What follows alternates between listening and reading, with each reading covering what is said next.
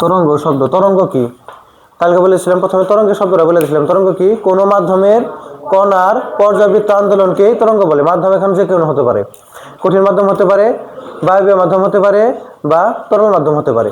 যে কোনো মাধ্যম থেকে আমরা একটা কণা ধরবো, ওই কণার পর্যাবৃত্ত আন্দোলনকেই তরঙ্গ বলে। এখন পর্যাবৃত্ত জিনিসটা কি? পর্যাবৃত্ত গতি আমরা পড়ছি না? পর্যাবৃত্ত গতিতে কি হয়? একটা কণা বা একটা বিন্দু নির্দিষ্ট আরেকটা বিন্দুকে কি নির্দিষ্ট সময় পর পর একই দিক থেকে অতিক্রম করে, সেটা হলো পর্যাবৃত্ত গতি। এখন ওই পর্যাবৃত্ত আন্দোলন কি হলো? তরঙ্গ বলে। তাহলে তরঙ্গের সংজ্ঞাটা লিখে নিবে, এখানে লিখে দিয়েছি, ইম্পর্টেন্ট নোটগুলো এখানে লিখে দিয়েছি, যে সব প্রশ্নগুলো আসে যে তরঙ্গ কাকে বলে। তরঙ্গ কাকে বলে? কোনো মাধ্যমের কণার পর্যাবৃত্ত আন্দোলনকে তরঙ্গ বলে। কোনো মাধ্যমের কণার পর্যাবৃত্ত আন্দোলনকেই তরঙ্গ বলে। যেমন আমি যদি একটা তরঙ্গ কল্পনা করি,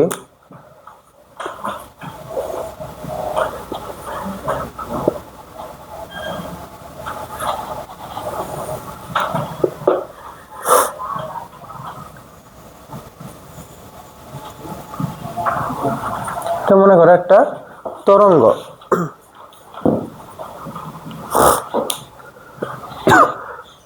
এখন এখানে আমি তরঙ্গ পেলাম, হ্যাঁ, আর এই যে তোমার সোজা একটা লাইন নিছি না, এটা হলো তোমার সাম্যাবস্থান। এটা কি? সাম্যাবস্থান। সাম্যাবস্থান জিনিসটা কি? উভয় পাশ থেকে যখন শক্তি প্রয়োগ করা হয়, তখন ওই শক্তির গড় যে একটা মান থাকে, যেখানে দুইটা শক্তি সমান, সেটা হলো সাম্যাবস্থান। এখন এই ক্ষেত্রে সাম্যাবস্থান কোনটা? এই দাগটা। কারণ কি? উপরের দিকে যতটুকু যেতেছে, নিচের দিকেও ততটুকু যেতেছে, আর মাঝখানে যে দাগটা আছে সেটা হলো তোমার সাম্যাবস্থান। বুঝতে পারছো? সাম্যাবস্থান জিনিসটা কি? উপরের দিকেও যতটুকু যাচ্ছে তরঙ্গ, আমার নিচের দিকেও ততটুকু যাচ্ছে, সেটা হলো তোমার সাম্যাবস্থান। বুঝতে পারছো? তাহলে এই দাগটা হলো আমার সাম্যাবস্থান। এই দাগটাকে আমরা বলবো হলো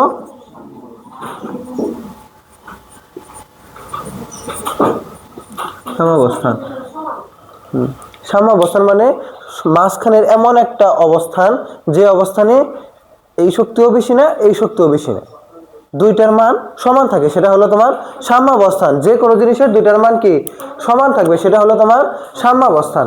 তাহলে এই যে একটা তরঙ্গ আমরা লিখছি, এই তরঙ্গের মধ্যে উপরের দিকে যতটুকু গেছে, নিচের দিকেও ঠিক কি ততটুকু গেছে, তাহলে মাঝখানে যে দাগটা আছে সেই দাগটাই কি?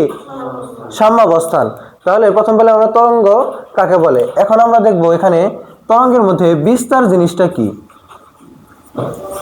বিস্তার কাকে বলে? বিস্তার কাকে বলে? দেখো, সাম্যাবস্থান থেকে একটা তরঙ্গ যতটুকু উপরে উঠে বা যতটুকু নিচে নামে, সেটাই হলো সেই তরঙ্গের বিস্তার। একটা সাম্যাবস্থান থেকে তরঙ্গ, এখানে সাম্যাবস্থান থেকে তরঙ্গ কি এতটুকু উপরে উঠছে না?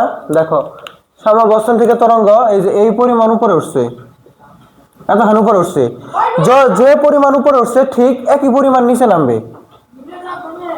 ঠিক আছে? যে পরিমাণ উপরে উঠছে ঠিক একই পরিমাণ নিচে নামবে। তাহলে এই যে পরিমাণ উপরে উঠছে বা যে পরিমাণ নিচে নামছে, সেটাই হলো তার বিস্তার।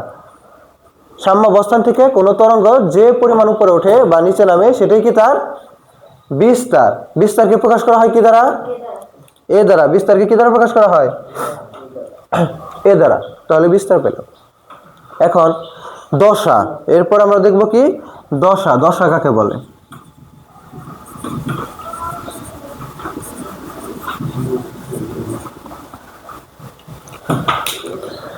এখন দশা কাকে বলে? একটা তরঙ্গস্থিত কোনো বিন্দুর, এই তরঙ্গের মধ্যে আছে এমন একটা বিন্দু আমরা ধরলাম, মনে করো এখানে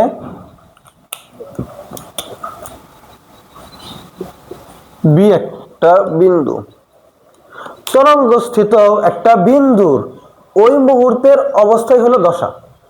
মনে করো এই বি বিন্দু এইখানে আছে, তাহলে এইটাই তার দশা। পরে এক সেকেন্ড পরে দেখলাম এই বি বিন্দু নিচে নামে আসছে বা নিচের দিকে চলে আসছে বা সাইডে গেছে, তাহলে এটাই হলো কি তার তখনকার দশা। তাহলে একটা তরঙ্গের মধ্যে কোনো বিন্দু যে অবস্থায় আছে সেইটাই কি তার দশা। বুঝতে পারছো? তরঙ্গস্থিত কোনো বিন্দুর একটি নির্দিষ্ট সময়ের অবস্থানকেই তার দশা বলে। তারপর দেখো তরঙ্গ দৈর্ঘ্য কাকে বলে। এখন আমরা দেখব তরঙ্গ দৈর্ঘ্য কাকে বলে।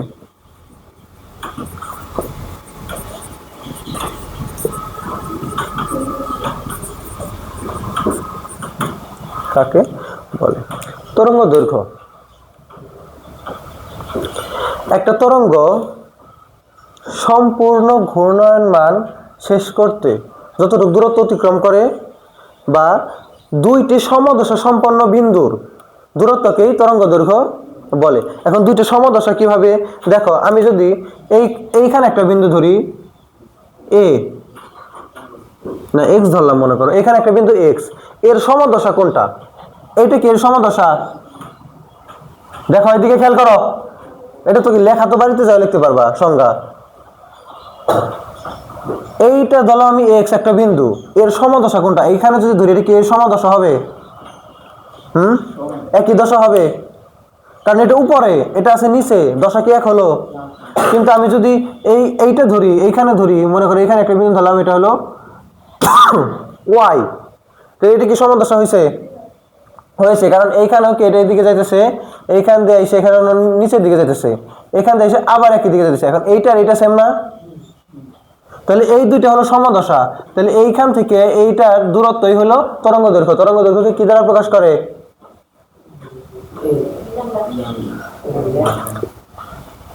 পড়াই না পড়াই, তরঙ্গ দৈর্ঘ্য হলো ল্যামডা।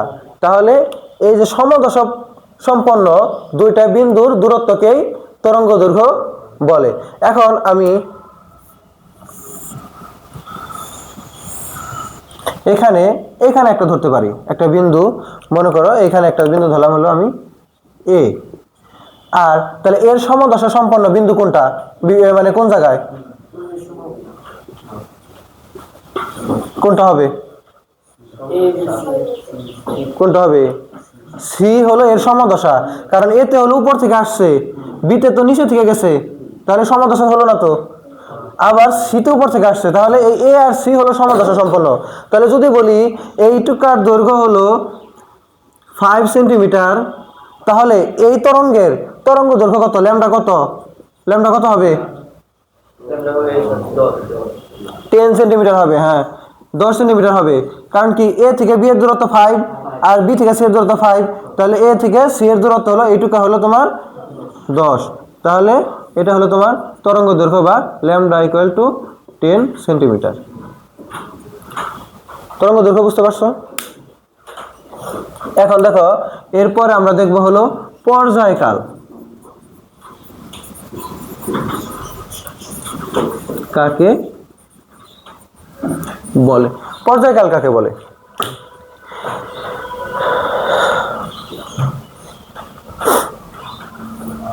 এখন একটা তরঙ্গ দৈর্ঘ্য সম্পন্ন হতে যে সময়টা লাগে সেটাই হলো তার পর্যায়কাল। একটা তরঙ্গ দৈর্ঘ্য সম্পন্ন হতে যে পরিমাণ সময় লাগে সেটাই কি তার পর্যায়কাল। তোমরা প্রশ্ন করে লিখে নাও, এটাও পাবা তো বাড়িতে যায়। তাহলে একক সময়ে না, যে সময়ে একটা তরঙ্গ দৈর্ঘ্য সম্পন্ন হতে যে পরিমাণ সময় লাগে সেটাই কি তার পর্যায়কাল। পর্যায়কালকে কি দ্বারা প্রকাশ করে? টি দ্বারা প্রকাশ করে। বুঝতে পারছো পর্যায়কাল? এরপরে দেখো আমরা বলবো হলো কম্পাঙ্ক কাকে বলে।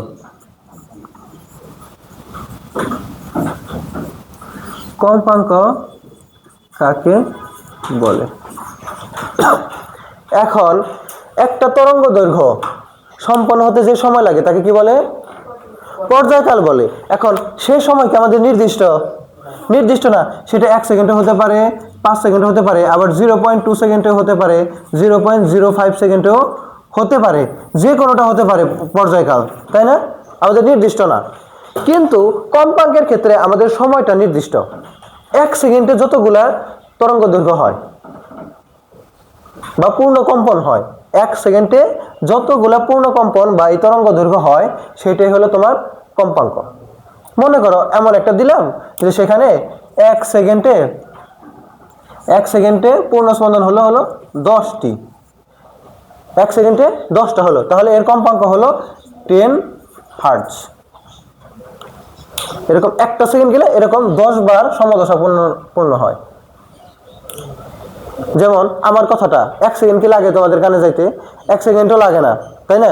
তাহলে এখানে কতগুলো কম্পন হইতেছে, মাঝখানে অনেকগুলো কম্পন হয়েছে না? তাহলে সেক্ষেত্রে কম্পাঙ্ক কি অনেক বেশি হবে না?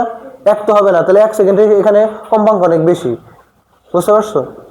কিন্তু যদি আমরা আবার বলি যে আমার কথার পর্যায়কাল কত, তখন দেখবা যে একটা কম্পাঙ্ক হইতে যে পরিমাণ সময় লাগে, তখন আমার 1 সেকেন্ডের থেকে অনেক কম সময় লাগবে।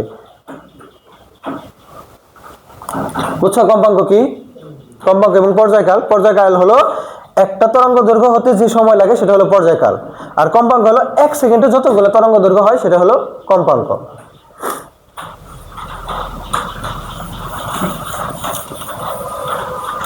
এই প্রশ্নগুলো দেখছো না?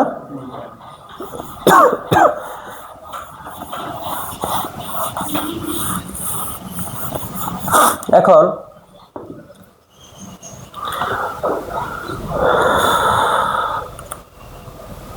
তরঙ্গের প্রকারভেদ। তরঙ্গের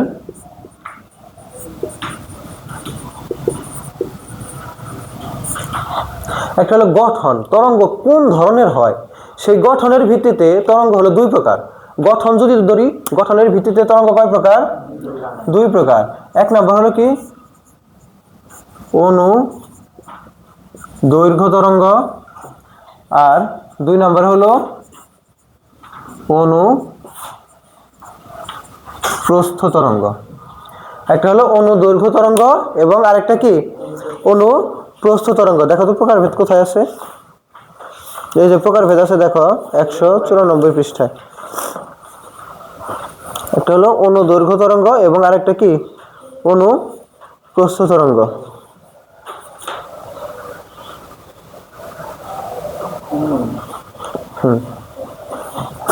দেখো এখন অনু দৈর্ঘ্য তরঙ্গ এবং অনু প্রস্থ তরঙ্গ কি? তরঙ্গ যাচ্ছে আমার এইদিকে বাম থেকে ডান দিকে, মনে করো একটা তরঙ্গ যাচ্ছে,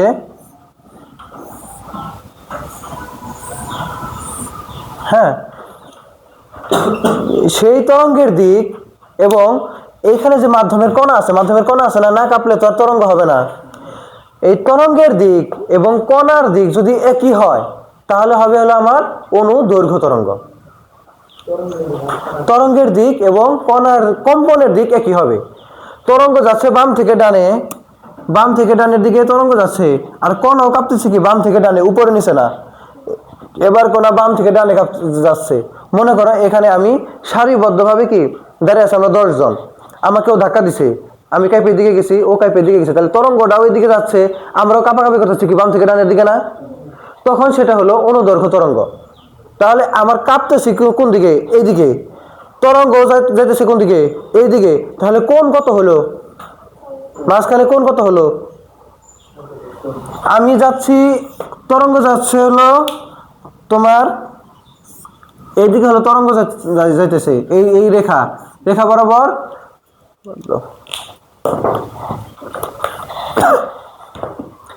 এই যে রেখা বরাবর হলো তরঙ্গ যাচ্ছে, এটা হলো তরঙ্গের দিক।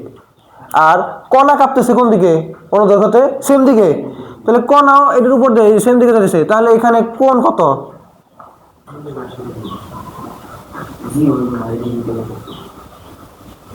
কত হলো? কত হবে?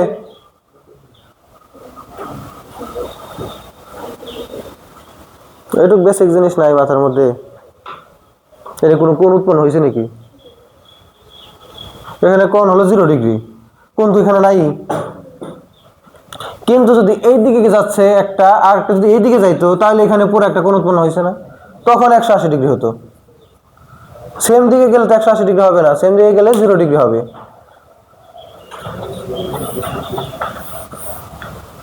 তাহলে অনুদৈর্ঘ্যতে তোমার কোণের মান কত হয়? অনুদৈর্ঘ্য তরঙ্গে কোণের মান কত? 0 ডিগ্রি। অনুপ্রস্থ তরঙ্গে কি হয় দেখো, অনুপ্রস্থ তরঙ্গের সংজ্ঞা যদি দেই আমরা, তাহলে যে তরঙ্গে তরঙ্গের দিক এবং কণার কম্পনের দিক লম্ব থাকে তখন থাকে অনুপ্রস্থ তরঙ্গ বলে। তরঙ্গ যাইতেছে বাম থেকে ডান দিকে, কিন্তু আমরা কাঁপতেছি কি উপরে নিচে। যেমন পানিতে একটা ঢিল ছুড়লে কি হয়, পানিতে যদি একটা ঢিল ছোড়া হয়, পানির যে কণাগুলো আছে সেগুলো উপরে নিচে কাঁপে, কিন্তু তরঙ্গ বাম থেকে ডানে যায়। তাহলে তরঙ্গ যাচ্ছে বাম থেকে ডানে, এই দিকে যাচ্ছে তরঙ্গ, আর কণা কাঁপতেছে কোন দিকে, এই দিকে। তাহলে কোণ কত ডিগ্রি? 90 ডিগ্রি। তাহলে অনুপ্রস্থ তরঙ্গে তাহলে থিটার মান কত হবে? 90 ডিগ্রি। আর অনুদৈর্ঘ্য তরঙ্গে থিটার মান 0 ডিগ্রি। কারণ কি? দৈর্ঘ্যে কি হবে? কণার দিক, কণার কম্পনের দিক এবং তরঙ্গের দিক একই, আর সমান আবার কি একই। আর অনুপ্রস্থে হলো তরঙ্গের দিক এবং কণার কম্পনের দিক লম্ব। বুঝতে পারছো এটা? অনুদৈর্ঘ্য তরঙ্গ, অনুপ্রস্থ তরঙ্গ। তাহলে আমরা এটার উদাহরণ কি? অনুপ্রস্থ তরঙ্গ, যে পানির যে উদাহরণটা দিলাম সেটা হলো অনুপ্রস্থ তরঙ্গ।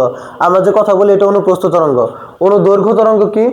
অনুদৈর্ঘ্য হলো যে আলোটা আসে, সূর্য থেকে আলো আসে, সেটা কি? অনুদৈর্ঘ্য তরঙ্গ। এখানে কাঁপে এইভাবে কাঁপে না, একভাবে পাশাপাশি আসে, আলোক তরঙ্গ। দেখো, এটা হলো আমরা গঠনের ভিত্তিতে দিলাম না তরঙ্গের প্রকারভেদ। এখন আমরা মাধ্যমের ভিত্তিতে তরঙ্গের প্রকারভেদ করব। মাধ্যমের ভিত্তিতে তরঙ্গ কত প্রকার? মাধ্যমের ভিত্তিতেও তরঙ্গ 2 প্রকার। মাধ্যমের ভিত্তিতে তরঙ্গ কয় প্রকার? একটা হলো কি যান্ত্রিক তরঙ্গ,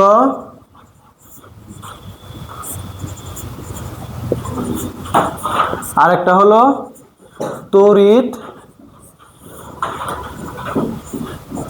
চৌম্বকীয় তরঙ্গ। মাধ্যমের ভিত্তিতে এটা হলো মাধ্যম। মাধ্যমের ভিত্তিতে তরঙ্গ কয় প্রকার? 2 প্রকার। একটা হলো যান্ত্রিক তরঙ্গ আর একটা হলো তড়িৎ চৌম্বকীয় তরঙ্গ। যান্ত্রিক তরঙ্গ কি? যে তরঙ্গে মাধ্যমের প্রয়োজন হয় তাকে যান্ত্রিক তরঙ্গ বলে। যে তরঙ্গে মাধ্যমের প্রয়োজন হয়, যে তরঙ্গ চলাচলের জন্য মাধ্যমের প্রয়োজন হয় তাকে যান্ত্রিক তরঙ্গ বলে। আর যে তরঙ্গ চলাচলে মাধ্যমের প্রয়োজন হয় না তাকে তড়িৎ চৌম্বকীয় তরঙ্গ বলে। তাহলে কি বললাম আবার? যে তরঙ্গ চলাচলে মাধ্যমের প্রয়োজন হয় তাকে যান্ত্রিক তরঙ্গ বলে, এবং যে তরঙ্গ চলাচলে মাধ্যমের প্রয়োজন হয় না তাকে তড়িৎ চৌম্বকীয় তরঙ্গ বলে। তাহলে যান্ত্রিক তরঙ্গের উদাহরণ কি? আমাদের এই যে নর্মাল যে উদাহরণ, তাহলে শব্দ তরঙ্গ যদি আমরা বলি, শব্দ তরঙ্গ এটা চলাচলে, এটা হলো যান্ত্রিক তরঙ্গ। কারণ শব্দ তরঙ্গ চলাচলের ক্ষেত্রে মাধ্যমের প্রয়োজন হয়। যদি আমরা নর্মাল, আমি যে কথা বলতেছি আমার কথা তোমাদের কানে যাচ্ছে, তাই না?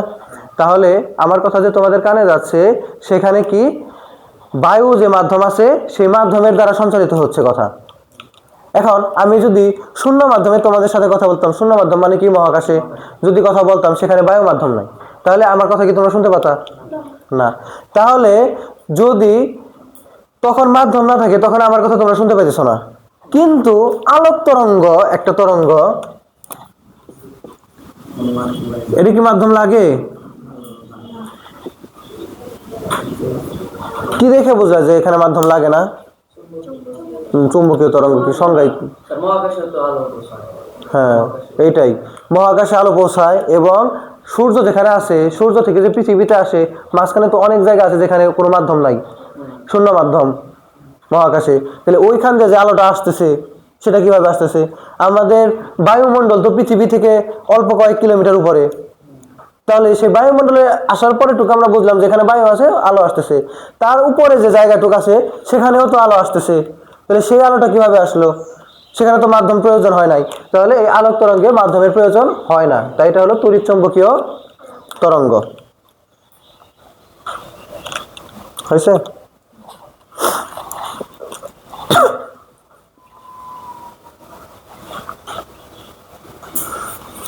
এখন আর একটা সম্পর্ক দেখাই তোমাদের, এটা শেষ, আমাদের মোটামুটি বেসিক শেষ তরঙ্গ সম্পর্কে। এই নর্মাল জানাগুলোই এতটুকু যথেষ্ট। এখন হলো আমাদের রুলস পড়তে হবে, সূত্র পড়তে হবে। সেগুলা সূত্র আজকে ধরবো, থাকুক তাহলে আজকে এই সংজ্ঞাগুলো পড়ে এসো, অন্য বইগুলো ধরি।